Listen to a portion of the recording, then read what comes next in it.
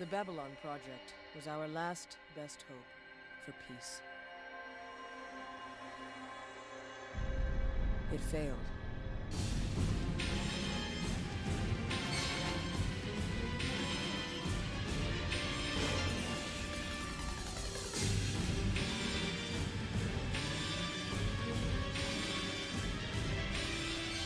But in the year of the Shadow War, it became something greater. Our last best hope for victory.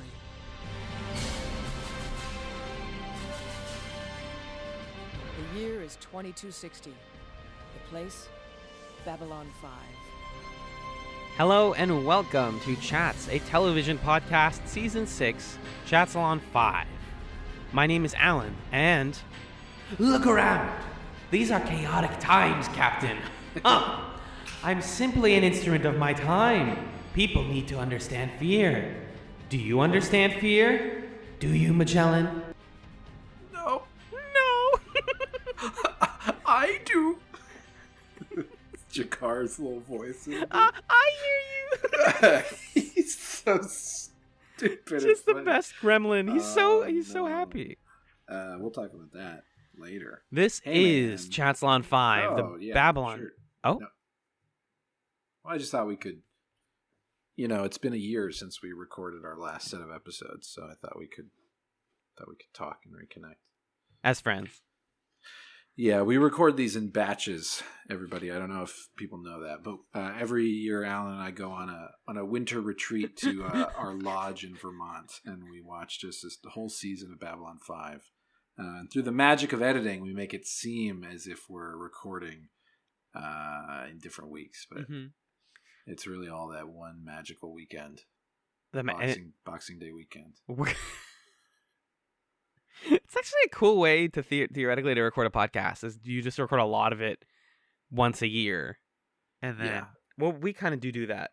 But do you know the show Freedom on Earwolf? No. It's just like Scott Aukerman, Paul F. Tompkins, and Lauren Lapkus talking as themselves. It's so funny to me, by the way, that they have earned such a reputation for being characters and being strange that it's a treat for them to be normal people doing a podcast. Anyway, they'll do it. It seems as if they record batches of 3 or 4 episodes at once, and so they're constantly like, wait, are we referencing something that we talked about 2 episodes ago? Or did we bring this up the last time we did this? Shoot. Yeah, I remember thinking that with Scott Aukerman especially, and then you showed me that he did an interview podcast where he was interviewed by someone, and I was like, what? Scottabot is a person? This is because he's even done things where it's his name and he's not himself. So yeah, like the show. Yeah, exactly. Like Econ Bang Bang. TV show, And so I find that stuff really interesting. But thanks, folks, for allowing us to just talk to each other for a bit. Because Alan, you look so handsome by the firelight and of this fireplace, this roaring fireplace. And our dog Lanier is here. It's warm. It's cold outside. What'd you bring me? Oh, what is this? It's your show notes. Well, these are going to be really useful, buddy. Wow. Oh, thanks. Oh no, he's a big Zach Allen fan. That's It's like a lot of lick marks, specifically on any time a page says Zach Allen. Under his paw print, it just says Lou Welch. What could this mean? It's a cryptid. Anyway, everybody, this is a show where we watch Babylon 5, the classic program. 2 episodes of it a week, and we talk about those 2 episodes. Alan, what did we watch this week? Well, Magellan, this week we watched Season 3, Episode 1, Matters of Honor, as well as Season 3, Episode 2, Convictions. Matters of Honor, the season premiere, was written by JMS. It was directed by Kevin G. Creeman. It aired November 6th, 1995, which, for those playing at home, was 5 days after the fall of night. Interesting. 5 days of, real time. They just started Season 3. So the break must have been somewhere else, because this doesn't... I don't know. We'll talk about the way this feels as a season premiere.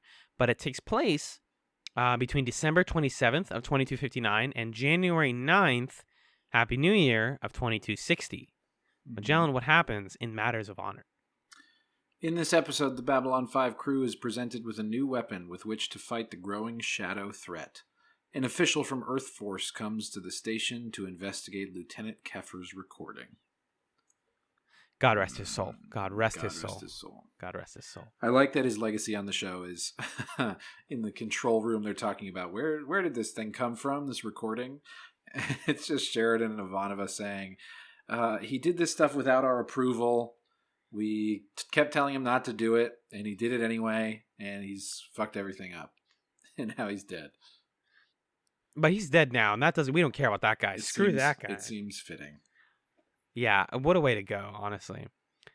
This episode starts weird. This is why I felt like this wasn't even framed as a season premiere, because it kind of just picks up like seemingly a couple days after the fall of night, and Kosh and Sheridan are speaking to each other, and Sheridan's like, you know, Kosh, that thing you did where you cracked open your big gob and showed me hot Jesus was really weird. Do you want to talk about that? And then Kosh is like, no. And it's like, thanks, Kosh. I'd rather not. It's like, Kosh, like, everybody saw you. That's like a crazy thing you did. Like, do you not, can we like get into this? Can you stop being avoidant for 5 minutes and just like tell me what you mean and what you did? No. Nah, chill. Chill. We cut to some, I think, Drazi in space. It's not clear. It's just like weird aliens. And then we are in a different place, and a handsome British guy is coming to Babylon 5. And you're like, wow, that's exciting. And then we get the new opening, this brand new, sparkling, shiny, fresh opening, which I have a lot of thoughts on. First of all, the opening narration, which is now being done by Ivanova, is fantastic. Like, sincerely, this is my favorite narration the show has done so far. Please don't tease me. This is my first podcast. Please don't tease me. Do we have this pulled up somewhere? I think we do. Yeah, I mean, it's basically just Babylon 5 is our last best hope for peace, and then we really mucked it up. We goofed that one. We goofed it, but real good. Whoa!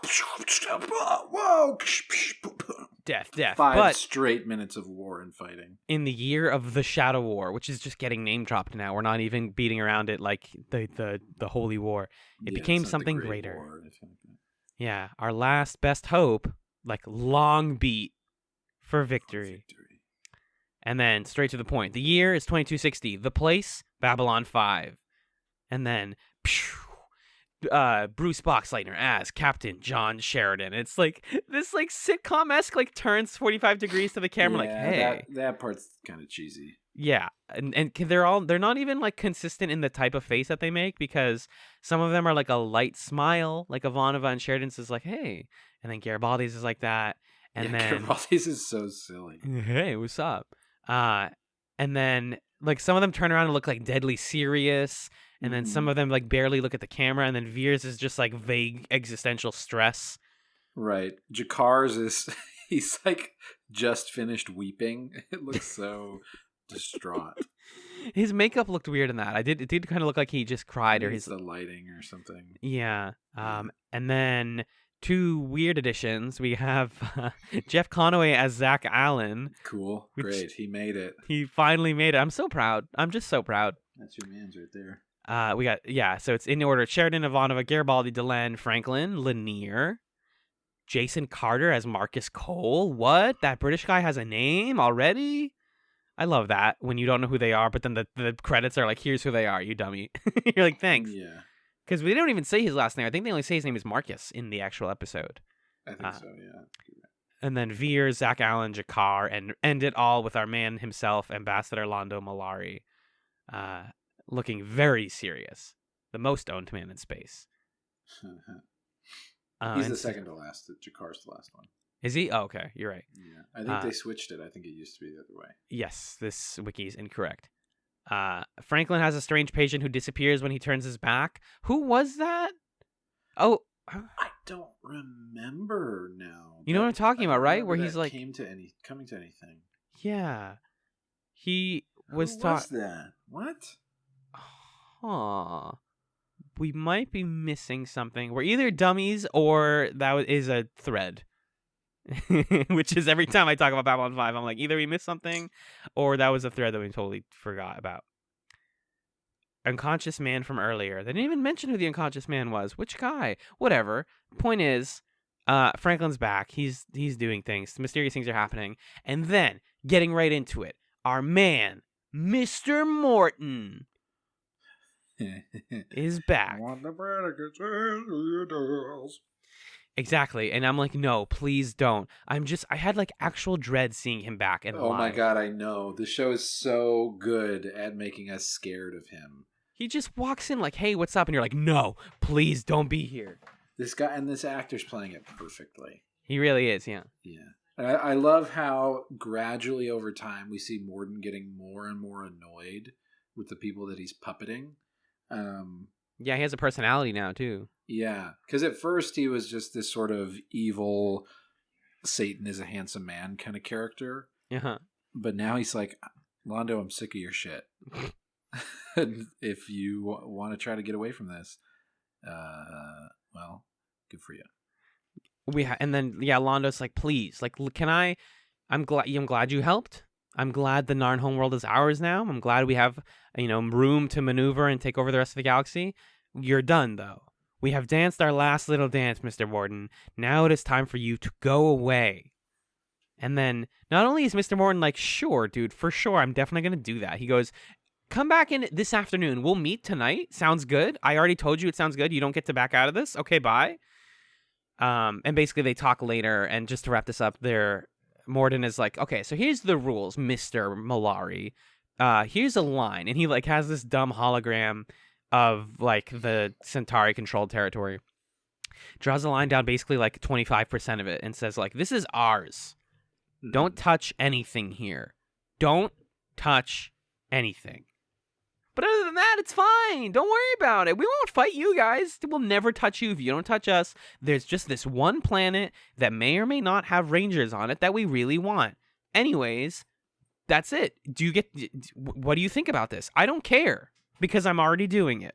It's like he's not presenting Londo with a choice, even though Londo initiated this deal as if he thought he had a choice. It's an extreme power move.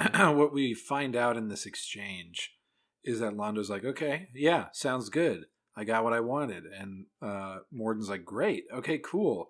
Lord Rifa has already sent the ships over there, the message, and we should be good. And Londo's like, whoa. Rifa? Oh, yeah. He's my new best friend, actually. Maybe you've heard of him. You guys have met? That's cool. Anyway, yeah, so I'm just going to talk to Rifa now about all of this stuff, and you've accomplished nothing. The closest equivalent I have, and you've accomplished nothing. The closest real life equivalent I have is when you have a new friend that you talk to exclusively, and then they meet your old friend, and you're like, wait, no, but, and you, when did you, and they're like, yeah, we get drinks every Sunday. You're like, wait, I thought. No, you've taken me out of the loop. No, I'm not in the group text anymore. It's super that. And then we get introduced to this guy, David Endawi, who's doing like 11 accents at once. Yeah. He's doing like a little bit of Russian in my life, a little bit of African by my side. Yeah. And he's from Earth government, I guess. And he's basically here to ask around. He actually seems kind of harmless. He doesn't seem that scary himself. Yeah. But, we learned at the end of the episode. Dude. Yeah, and we learned at the end of the episode that he's also a puppet. So it's not like he was going to do anything, but he's an information gatherer. Mm-hmm. And he asks Sheridan and company if they know anything about the Shadow and says that basically right now Earth government is telling the people of Earth that they know what the Shadows are. And they're like, oh, it's nothing. We took care of it. There was only one of them. This is not a problem. Don't worry about it. So that's what Earth knows. But he's like, if it is a problem, I want to know about it. And I want to know if you guys know about it. Delenn, have you heard of the Shadows? And she's like, honestly, dude, seems fake. Never even heard of a Shadow. I don't even see my own shadow in here. Sheridan, do you know what a shadow is? And he looks away, like clearly lying, and is like, man, I don't fucking know. Don't ask me. And then Dawi's like, all right, you guys are useless. Thank you. I'm going to ask everybody else now. And he walks out, and they're like, shit, so we got to go. We got to do some stuff. It's time to gather. And then he talks to Londo. Londo gets really nostalgic and remembers the dream. Not nostalgic, but like sadly wistful, and remembers the dream of him seeing shadow ships on Centauri Prime. And he also goes to Jakar, who is like, yeah, finally somebody wants me to do a monologue. And he opens his mouth and the scene cuts away. And you're like, no. But he opens up his book and he's like, yeah, dude, I know everything about these guys. I'll show you all my info. I love the way he pronounces Jaquan. Jaquan. And then and Zawi's like, Jaquan? He's like, yeah. Who the hell is Jaquan? That's it. He's only the coolest. He's only the coolest rock star ever. He's my older brother, and he's real. I swear, he's in the military. Everybody knows his later books, but I'm a fan of his older prophecies. I remember when it was about the music. Everybody nowadays listens or reads the copies of people's copies of his books, but I've painstakingly, stroke by stroke, copied the original releases. The LP.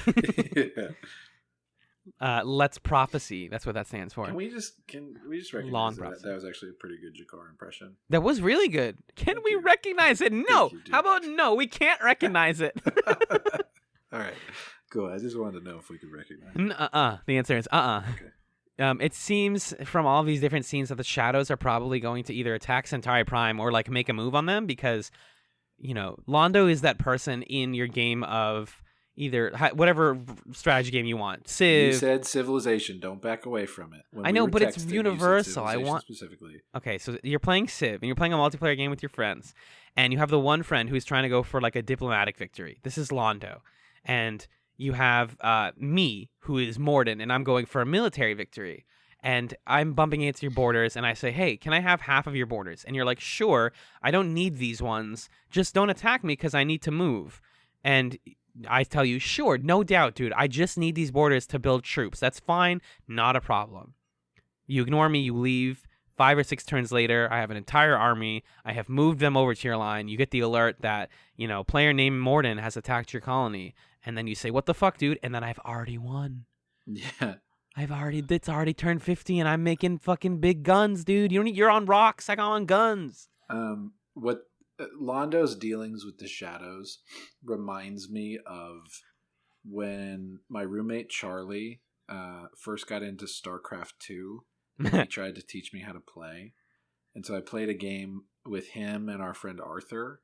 Yeah. And I like didn't know what I was doing, and I didn't know that you're supposed to have plans for like the sequence in which you build shit and stuff like that. Build order. And so I was like, oh, I got this little base going. And then they started fucking with me and like picking away at my dudes who went too far. Yeah. I got frustrated, and I was like, okay. They were like, oh, do you want us to like help you out? And I'm like, no, I don't. And they were like, okay, well, do you want us to just like play normally? And I was like, yeah, just play. Like, if you're gonna beat me, just beat me. And then, as if a switch had been flipped, a horde of like 200 alien bug monsters rolled over the hill and entirely decimated everything I owned. And it was like, oh, I was only kept alive to be useful to them. Thanks, guys. Great. That's yeah. Anytime I try to learn a new fighting game and I'm like, hey, like I'm still figuring out the buttons. Can you let me try a move on you? And they're like, sure. Do you want me to like play normally with you? And I'm like, yeah. And then I get like a 30,000 hit combo and I'm like, oh, all right, cool. So next game, except Londo doesn't get a next game because he's eternally doomed to lose this life.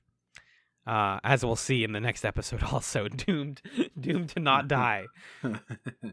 Not much comes from the Endawi stuff until the end, when my mind was completely blown open by all of the shadow stuff. It seems like the shadows are going to take Zagros 7, which we learned is the Rangers planet, and then Endawi says, all right, guys, I learned all I need to know. Bye. Goes back to Earth. We get a cut to motherfucking Geneva, Switzerland, and you're like, wait, what? Like Earth? Like not the San Diego wastelands, but Earth? And it's the center of Earth Force, and Morden's talking, and not Morden yet, not yet. He's talking to the lady. She's like, thanks for the info. And Dolly leaves to never be on the show again. And this lady's like, "Oh, Morden, thanks for coming." Morden's just on Earth now. Oh no! Hey, what's up? Hey, what's up? Also, I brought my side cop friend. This is Kevin. He's cool. Hey, what's up? Just trying to sort of rig elections and conquer the world through a fear-mongering campaign and civilian surveillance. It's gonna be sick. It's gonna be sick. Check out my newsletter. Check out my Easy-In, bro. And this is a good way to end a season 3, like an episode 1. Is this whole thing with like, yeah, the conspiracy goes all the way down, man. Like, we talk about Babylon 5 and it's like surrounding territories, but like Earth still is around and people on Earth know what's up. And just seeing Mornin go, because in the same episode, like, you don't think about how long travel takes, but in the same episode, he goes from being on B5 to being on Geneva, and it's like, bro, that's amazing. How are you traveling? What tech is that? That's wild stuff. That suggests a wider world that I really hope season 3 continues to do. That it isn't just about Babylon 5 anymore, because there's only so much conflict that you can have take place on a ship that's not designed for combat. But to roll it back a little bit, the Ranger stuff, I want to ask you, what did you think about this Marcus fella with his fun accent? Man, I texted you about this earlier today. I like him, and I just feel guilty about it because I've been dragging these like boring white male side characters across the coals every time I see them. The Warren Keffers of the world, the Zach Allens of the world. I can't stand these dudes. And you'd think that this guy would be another one of these dudes. Uh-huh. But he's just kind of, I don't know, he's a little handsome. He's definitely a little handsome, that's true. He's got long hair. He's got long hair. He's kind of got like an Orlando Bloom vibe if Orlando Bloom wasn't annoying. Yeah, he's got like a little bit of an Aragorn. It's not just the hair, though. It is the like, hello, how are you doing? I brought a big stick.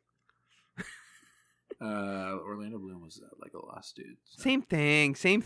Not the same. I just destroyed myself there, didn't I? Wow. Yeah, you should cut that out. No, I refuse. I want to be owned about my Lord of the Rings knowledge. You should cut that out. Well, now I'm going to cut it out because there's no singing allowed on the podcast. But shoot, I forgot our season 3 rule. No cursing, no singing. Yeah, every time we come back to the cabin, we draw up a new constitution between the two of us. Yeah. Oh my god. Yeah, I like that. I like his British accent, even though I usually hate space British. Yeah. As giving a space character a British accent as a default for they're someone you should respect and or they're someone who has authority. Yeah. Because that has such problematic, deep imperialist roots in it. Mm-hmm.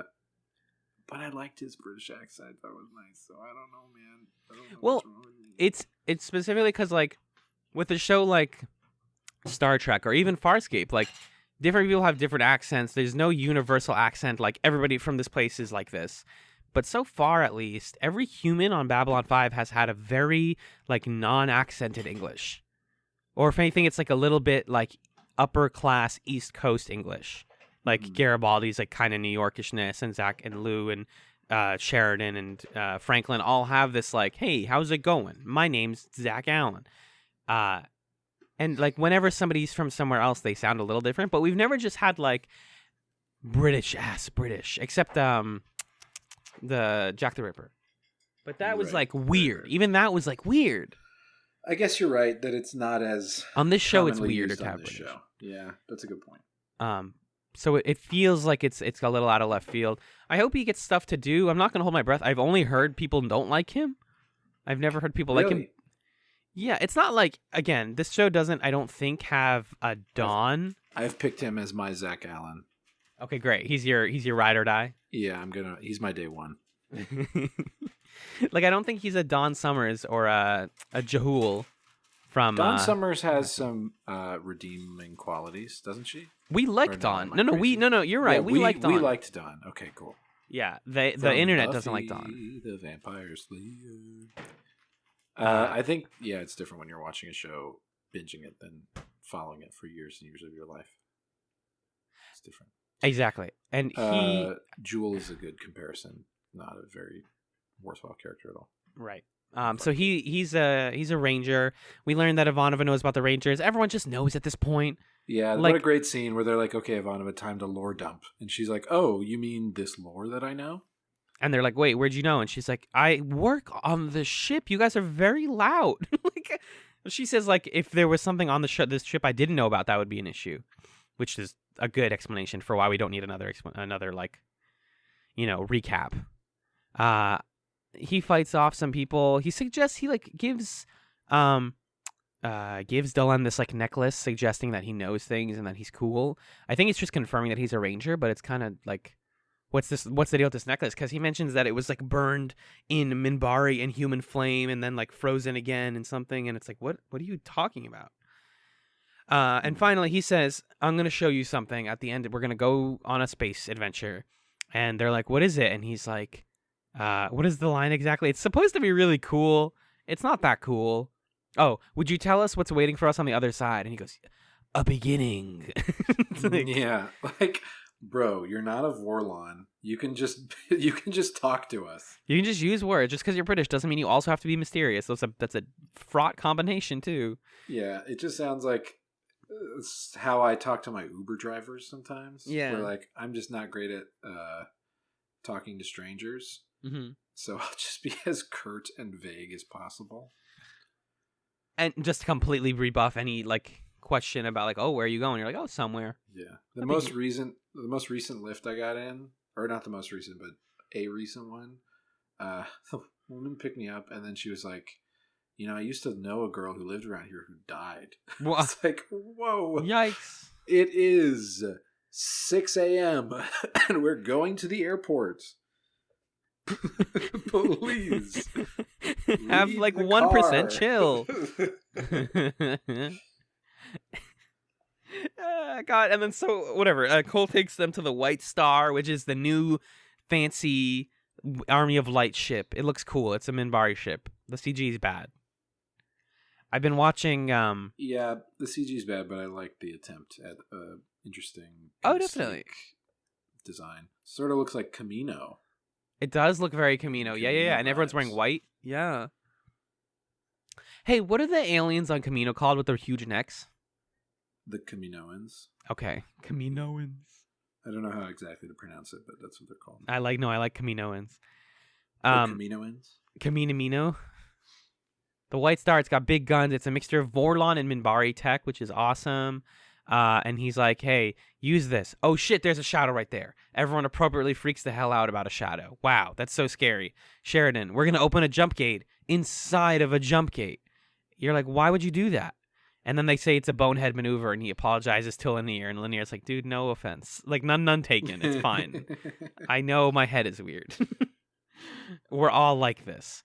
It doesn't really seem clear what the point of this jump inside of a jump is, other than, like, it's a quick escape.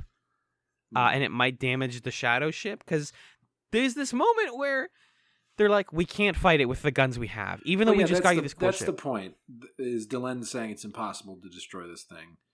And Sheridan says, I can blow anything up, baby. And he blows her a kiss. And she says, okay. No, specifically what he says is like, she goes like, we are not strong enough to destroy this. We don't have the power to destroy this. And he's like, Delenn, I've heard that before. And to that I say, no, he doesn't. It's like, to that I say, whatever. Like, too bad. It's like, we'll do it anyway. It's like, no. Yeah, I don't believe you. Exactly. Like, what? How? What? It's a bummer that they just got this cool ship and they're immediately like, no, it's not ready though. Like, it's not. That I say, YOLO. Punch it, Lanier. Someone does say punch it in one of these episodes. I'm almost positive. No, maybe not. Maybe I was watching a movie last night that they said punch it in. I love that phrase. Not just for the Star Wars connection. And whatever, they do the jump. It works. Great job. Now there's a shadow ship that knows that they're out there. Yikes. The episode ends really weirdly. Basically, Sheridan is like, all right, guys, we all don't know everything that we all know. Let's trade information. The Army of Light, more like America Online. Let's start a bi-weekly book club where we all read books. First up is The Fault in Our Stars. And then Franklin's like, I didn't read that one. Can we start with something shorter? Like, Consider the Lobster? And it's like, no, we don't read fucking essay books here, Franklin. we're gonna read The Fault in Our Stars, and we're gonna have John Green on the ship. It's gonna be sick. And he's like, okay, guys, but what are shadows? And he's like, oh, Jesus Christ, Franklin. Dylan, can you explain shadows to Dr. Franklin, please? And she's like, yes, of course.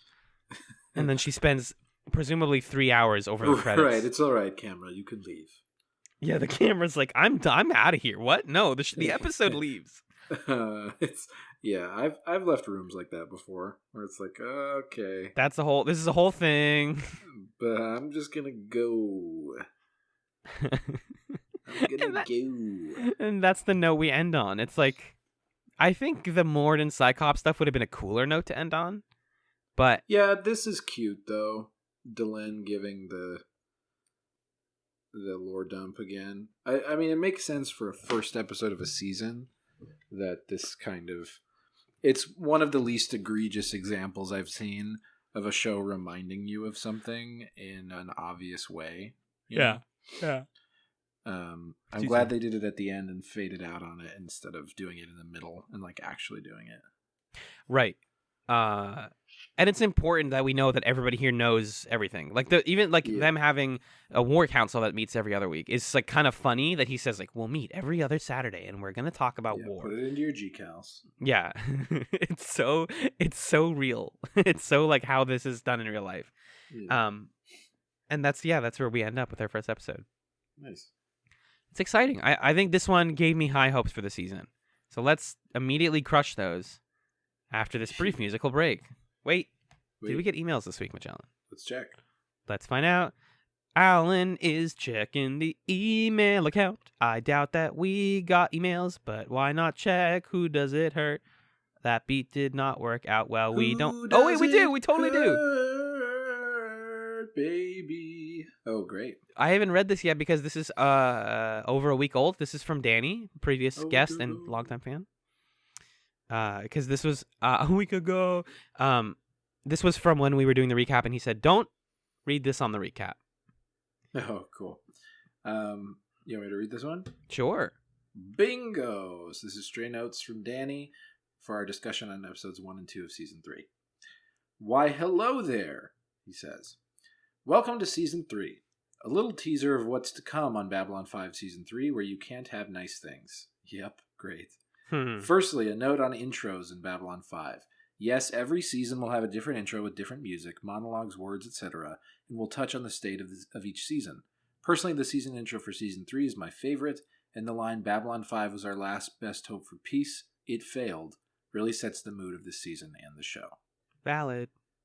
I also wanted to add a little mood setter for the rest of the show. Don't know if you can remember, but Babylon 5 is set up by the structure of a novel, which makes Season 3 our point of no return. Oh, in the classic, like, 5... Or no.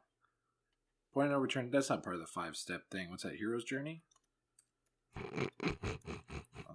It's the middle of Act 2. That's what they call it in Act 2. The hero must do something which she can't undo, which will soon plunge her into the nightmare, but not yet. That's what that is. It is Hero's Journey. Yes. Cool.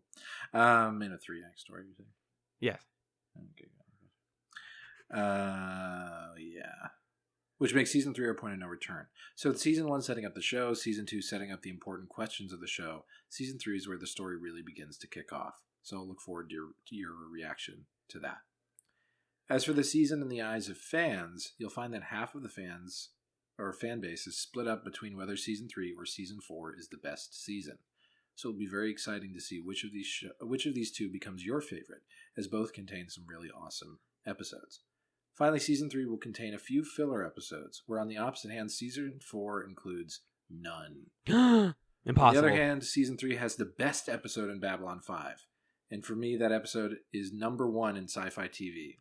And also some other notable episodes that you're really going to enjoy. Anyways, I'll shut up for now, as I'm afraid I will just end up spoiling the rest of the show. Cheers, Danny. Thanks, Danny. You got us excited. You got me hyphy.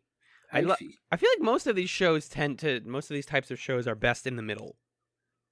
Because then the end is like somehow messy, and the like beginning is messy, and then the middle is like, oh, you guys crushed it. Middle of Buffy, best part of Buffy, absolutely.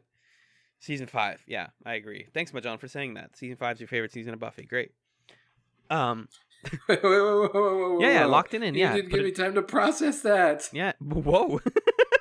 I can hear the distress in your voice. I will not let you besmirch my reputation like that. Yeah, your reputation is what, Magellan?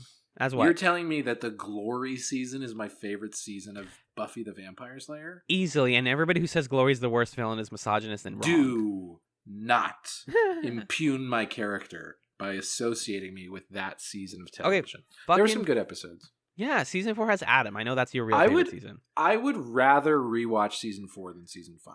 For sure, 100%. Well, no, yeah, probably, yeah. Yeah, okay, thank you. Yeah. Thank you. Okay, real quick ranking, because everybody wants to know. There's a teaser for the eventual Buffy show that we do.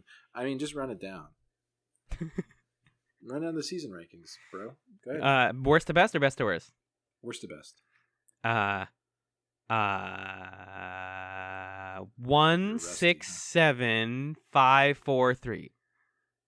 Do best to worst, actually, sorry.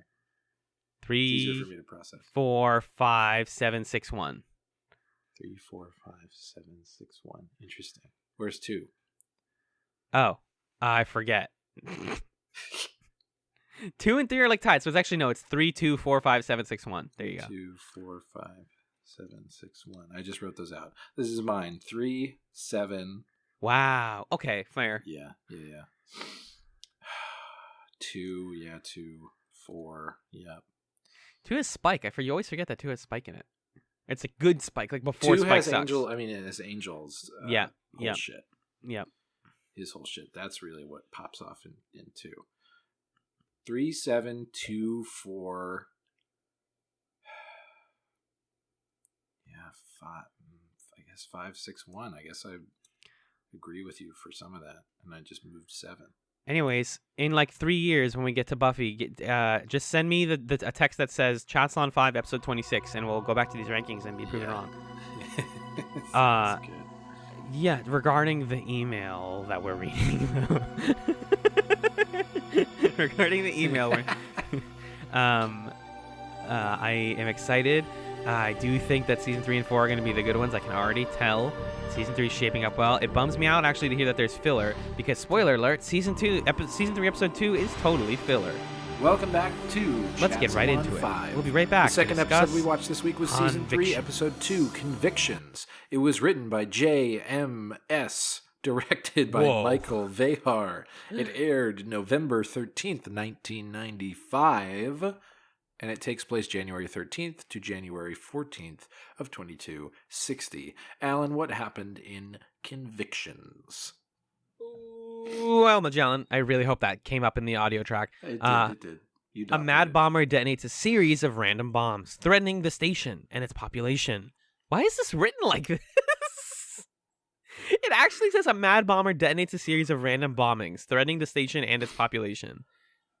Ugh. It also traps Jakar and Malari in an elevator, and a group of monks from Earth arrive on the station. Magellan, this is a filler episode if I've ever seen one. Although, the monks. Honestly, it sucks, but the monks are the most important thing out of this episode. What? What else is important? The bomber doesn't fucking matter. Jakar and Londo continue to hate each other. Do a tight 5 on the monks. Go ahead. Just take it away. Just explain to me why they matter at all. All right, somebody time me. Go. So there's this guy named Brother Theo, and he goes up to Ivanova, and he says, "Hi, I'm with these Catholic monks. We're all monks, and we have a lot of patience, and we've been waiting hundreds and hundreds of years to do something. We're studying things. We like reading, and we memorize things really well. That's awesome. Thanks, Brother Theo. Can you guys stay on the station permanently? No, that's expensive. We can't house you. Please? Okay, sure. Hey, Brother Theo, can you help us solve this crime? Thanks." That's it. I did it. Yeah, and that's the monks. And so they matter then? No, but they come back. Crackers don't matter, but these monks do. They come back? Yeah. A couple. I literally told you before the episode, you piece of trash. I tuned it out because you were talking about the monks.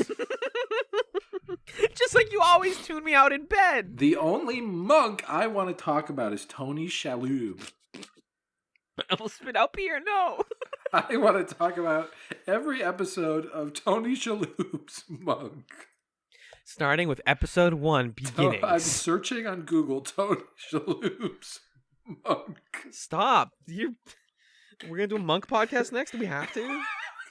We have to. It's such a bad show for The first that. one's called Mr. Monk and the Candidate Part 1. I'm about to open an episode list myself. This sucks. This is a bad podcast that we do. Adrian Monk.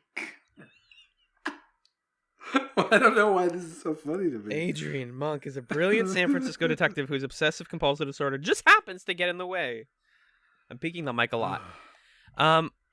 So yeah, the monks, they don't matter. Who cares? Let's just get through this, If we were watching Monk, and we were watching season 3, the first 2 episodes, we would be watching Mr. Monk Takes Manhattan and Mr. Monk in the Panic Room. Doesn't that sound great? John, last week you got us to watch a 3-minute YouTube video in the middle of part 2. I need to rein this in a little bit. Mr. Monk Takes Manhattan is the first episode of the 3rd season of the American comedy drama detective television series Monk. I can't even breathe. And the show's 30th episode overall. The series follows Adrian Monk, Tony Shalhoub, a private detective with obsessive-compulsive disorder and multiple phobias, and his assistant, Sharona Fleming. In this episode, Monk travels to New York City in an attempt to discover his wife's killer, but may solve the case of the death of the Latvian ambassador. Garibaldi tells Zach Allen to show the Drazi the missionary position, and that's not funny. I don't like that joke very much. A bomb goes off in the down below. Several bombs go off in this episode to the point where it's not even interesting after a certain point. A beard man yells stories at Lanier, and he sounds like Brian Doyle Murray. That's the only note I have on the scene. Lanier makes a good joke about how he's going to die from Netter syndrome, which will kill him in 7 days. Oh, he's just kidding because he's being funny. I love Lanier.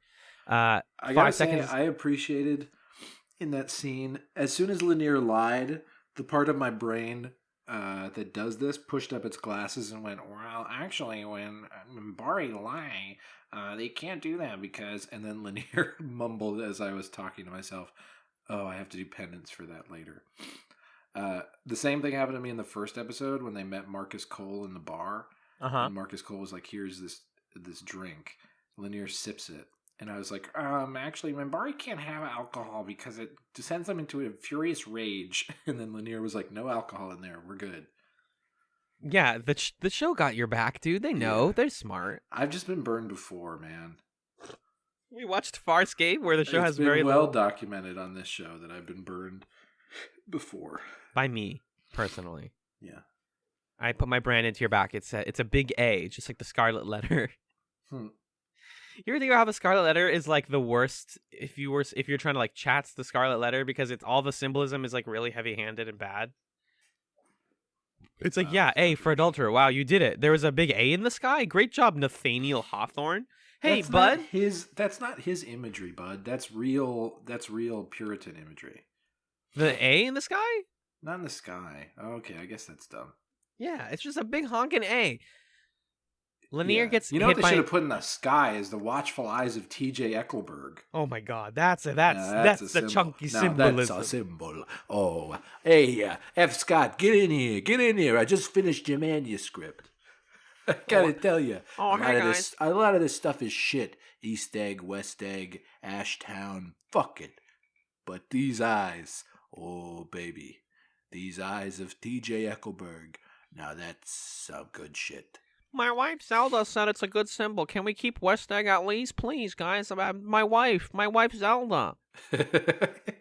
Zelda's her real name. I didn't make it up. It's the 20s. We're all really sexist. I can't hear you talking over your legs moving around in a Charleston sort of way. I'm gonna chew on this gum unrelated to the Charleston. Munch, munch, munch, munch, munch. If you can't tell, this episode freaking sucks. Yeah, I was going to say, you can really graph an episode's quality by the frequency with which we veer from talking about it. Veer? Veer. Mr. Garibaldi. Chikar. I would like the chicken tenders, Mr. Garibaldi. Now, Lano. Yeah. Ooh, that's not bad. I got the mozzarella sticks. They got 910 calories. You can see it right here. That's fun. Oh, I like that. We got to do script reading. We each have our impressions going here. Dylan, we're at the Applebee's and we're getting infinite apps. What are you getting? I would like the taco topped queso and chips. Thank you very much. God forbid. God forbid. God forbid I get the extra cheese on the side. John. A little work. It's season 3. We have 2 more seasons to work on it. It's a tough one. That's a tough one to get. It is. Yeah. Mr. Garibaldi. We'll come back to it. Okay, so before we took those three or four tangents, what were we talking about? Oh, we were just sort of talking about those monks, right? Because monks, and then we're talking about bombs. Yeah, monks suck. No one cares about the monks. Okay, so there are bombs all over going off on the station, and they were like, okay, 9 times out of 10, and there's a political purpose. And then I guess the point of the episode was this is the 1 time out of 10 that it wasn't. It's okay. Right. This is actually important. This is the only important thing I got out of this episode. Okay, great. Thanks. So we spent the first 2 seasons of Babylon 5 being like, hey, this show is suggesting really cool political ideas, like the labor episode and like the different like introductions to war and having different people on the ship and Psycorp and all this stuff. It's great, and it never goes there 100%. It like gets so close and then pulls back because it's trying to tell a sci-fi story. Yeah. We get to season 3, episode 1, and it's like, this is a war show. This is a show where we tried to be peaceful and we realized that peace is worthless. So now this is a show about conflict and how people live in conflict. That's what it's about. It's on the tin. You get to this episode, and they continue to hint at that. Yeah. When the bombs start going off, Sheridan says, we lock down the whole ship. Nobody's allowed to travel. Anybody who has a mysterious bag can be randomly searched and seized and put in jail because we decided to. That's how we're going to find the bomber. And it's like, wow, you guys are really, like, they're clearly doing a nod to the Unabomber and the controversy, like, American, domestic terrorism. Yeah. It's 1995. That's, like, what they're going for. You watch this now, and it just feels like what happened to airports after 9/11. Right. I mean, it's pretty classic, in times of heightened paranoia, there's heightened security that infringes on people's rights. It's kind of a recurring American story that the most recent iteration of it is, post 9/11, airports and things like that. And what's a bummer is the way it's concluded is with a like straight lifted out of a 24 episode plot where Sheridan and Garibaldi are like, where are we going to put the link? Oh, shove it up your butt. Sounds good. Like, literally, they do that. I didn't even pick up on that because I thought it was so subtle. Alan didn't know. But don't tease me on the show. Please don't tease me. It's my first podcast. Please don't tease me. Stop referencing that because people don't know what you're talking about, and I don't want you to tell them. Can I link them it? No. Okay, fine. Everybody look up Green Lovers on YouTube. Just watch the video. At your Please don't tease me. Peril. I do not endorse that link. Firmly not safe for work. Green Lovers by Sick Animation. Okay. So there's a part where Garibaldi, or the guy, the bomber guy says, get rid of your link. And Sheridan's like, oh, I'll hide it under my jacket. Garibaldi's like, he's going to make you take your jacket off, dude. That's stupid. So Sheridan's like, well, where am I supposed to put it? And then he cups his buttocks and puts it back there. And then Garibaldi's like, turn up the volume and we're going to hear what you ate for lunch today. Good Garibaldi impression. What does he order from Applebee's? No, that was bad. That wasn't a good one. No, but what does he order from Applebee's? He orders what Sheridan had for lunch today. Boneless wings? Chicken wonton tacos? Chicken wonton tacos, yeah. Double crunch bone-in wings? Alan, are you looking at the advertisers menu at Applebee's right now? Yes. You're like a bad Applebee's commercial where all of the friends who represent like all the target demographics of Applebee's are just smiling and naming Applebee's dishes to each other. Neighborhood nachos chicken. Oh, yeah. Neighborhood nachos beef. Taco top queso and chips. White queso dip and chips. The classic combo. Oh my God, the classic combo is 2,260 calories. Well, it must be a group appetizer. It doesn't look that big in the picture. It's like everything. Yeah, that sounds like a group sampler. Boneless wings, spinach artichoke dip, chicken quesadilla, and mozzarella sticks. Bro, that's exceeding the daily value of calories that you can eat for $14. Yeah, it's an appetizer. Share it with your friends. But I don't have friends to share it with. I want it for myself. Hey, hi. We're going to record the last episode of Chatzylon 5 We actually just ordered some Applebee's to our cabin here. Here in the sunny Chatzylon 5 studios in sunny downtown Louisiana. Vermont. Downtown Louisiana, Vermont. Oh, you're right. We did Vermont earlier. You're right. Yep. So it's in his butt, and then he goes to talk to the bomber, and the bomber's like, take off your shirt, take off your jacket. Then he does. It's just oh my God, the most bargain bin, like, I'm a crazy guy villain stuff ever. He does the most annoying trope ever, which is the yelling straight into whispering. Yeah. The only time I've ever seen that trope done well is Jupiter Ascending, where the one villain is like, I create life and I destroy it. And it's like, that's cool. Yeah. And that's fun. Silly. It's very silly. He's got the glasses. I mean, he literally looks like the Unabomber. Like, he looks like Ted Kaczynski.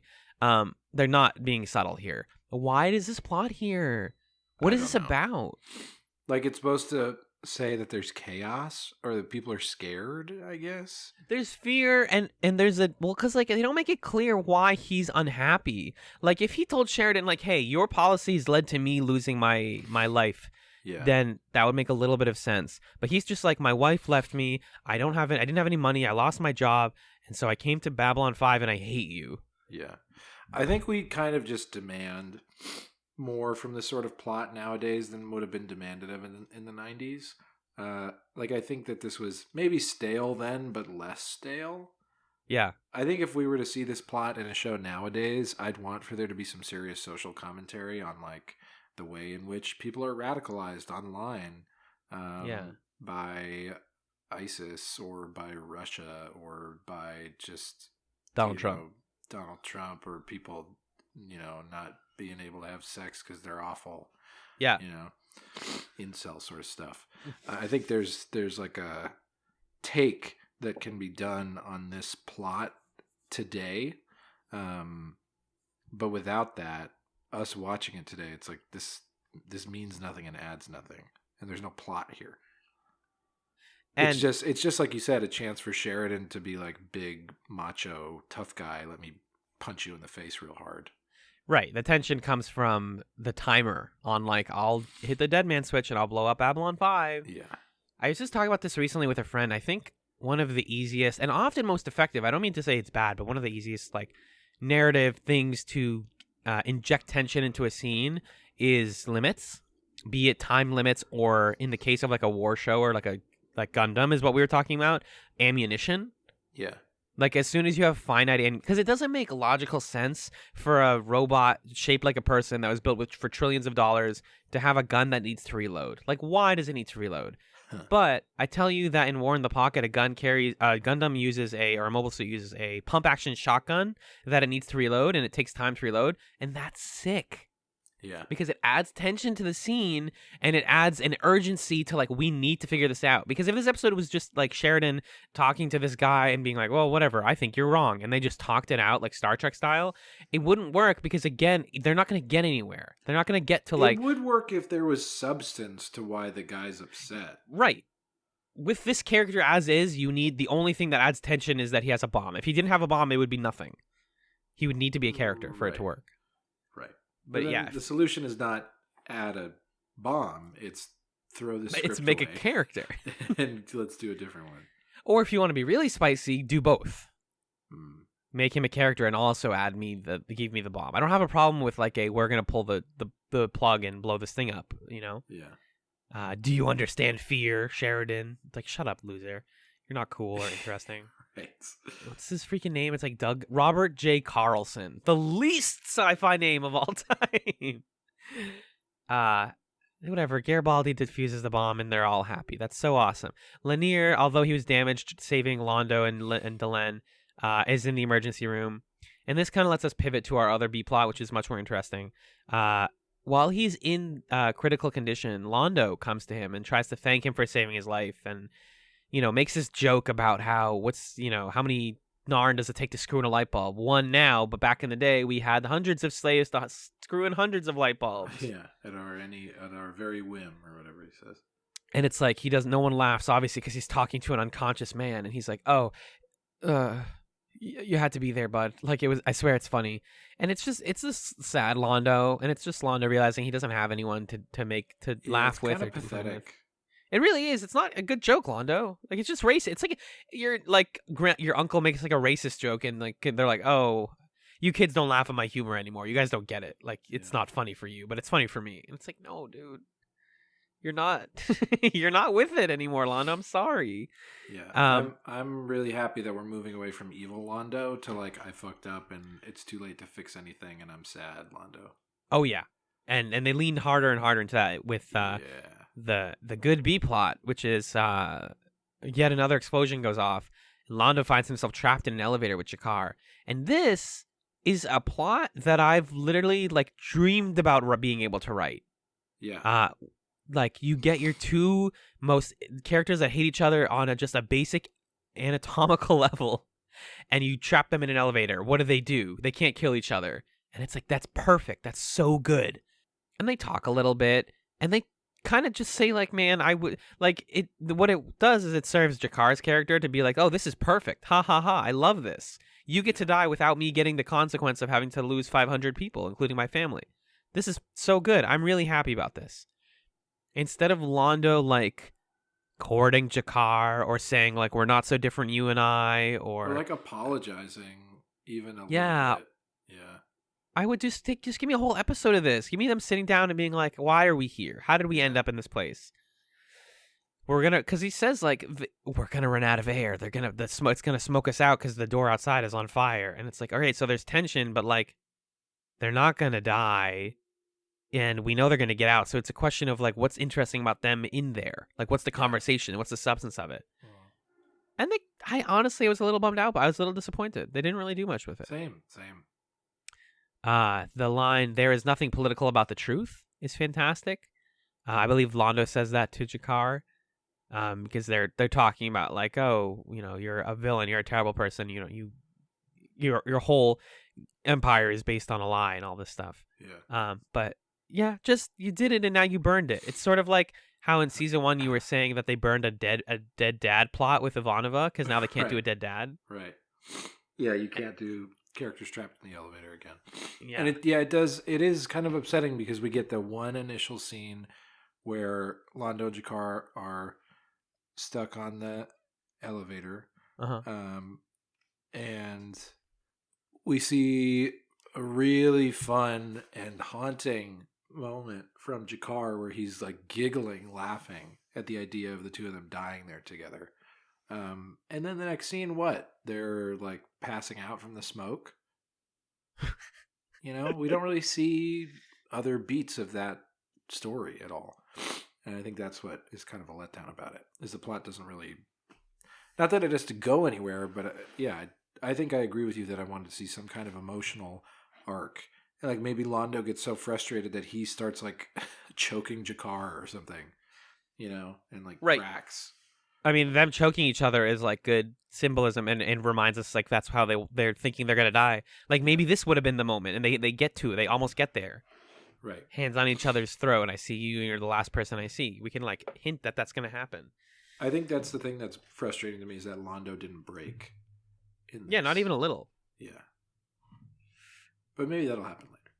Yeah, I've thought so much through my whole life and my whole like adult life as someone who tries to write stories that putting two people in a locked room and taking away all means of communication and ways of escape and just saying like figure it out is just inherently really interesting and like can be a great avenue for storytelling. But alas, this one was just a bummer to me ultimately because like this is season 3, we're in the good season now. Why are we already on a filler episode?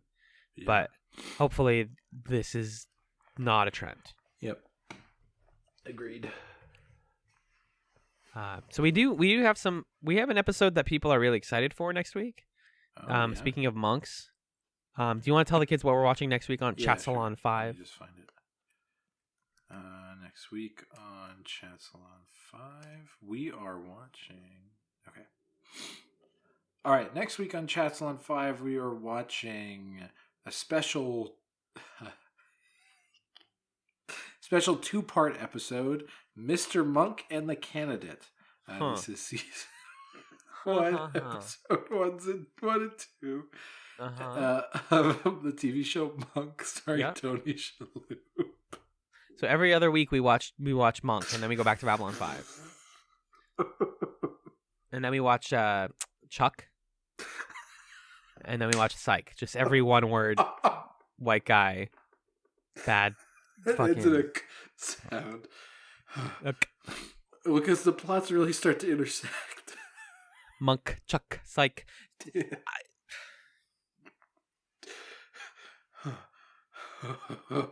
Okay. Mr. Monk and the Candidate is the 2-part pilot episode of the American comedy drama detective television series Monk. It introduces the character of Adrian Monk, a private detective with obsessive-compulsive disorder. Why do I have to explain this every time? Okay. Forget that joke. I'm done with it now. We're not watching that. We're watching 2 more episodes of Babylon 5, of course. Season 3, of course. Because it's the season we're watching. You boneheads. Wow, racist. I'm sorry, I called our listeners boneheads. Boneheads. The first is Season 3, Episode 3, A Day in the Strife. Bad title. Bad title. Only bad title I've seen in this show, actually. Narn officials arrive to replace Jakar. Ooh, shit. Fuck.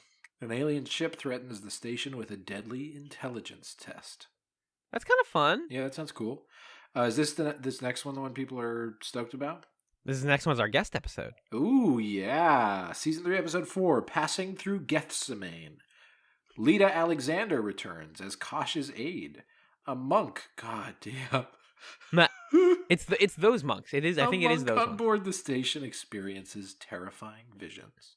Hell yeah. Hell yeah. Hell yeah. Yeah, we're having a guest on for that one. We're very excited. It's one of those episodes where I have no idea if it's actually good or if people just think it's like hinting at interesting things. So we're going to find out. I'm going to go into this with zero expectaciones. And we're cranking. We're cranking on season 3, baby. Also, for what it's worth, no, I won't say it. I know later things about this season that are exciting. Let's take it to the plug zone, Magellan. How does that sound? That sounds great. Awesome. If you would like to contact us at the Chatzylon Studios in sunny Vermont, please send emails to chatspod@gmail.com. CHATZPOD@gmail.com. Monk, Psych, Chuck. At Chatspod on Twitter is where you can also get at us. And if you would like to install your little piece of the rebellion into the iTunes mainframe, please rate us on there.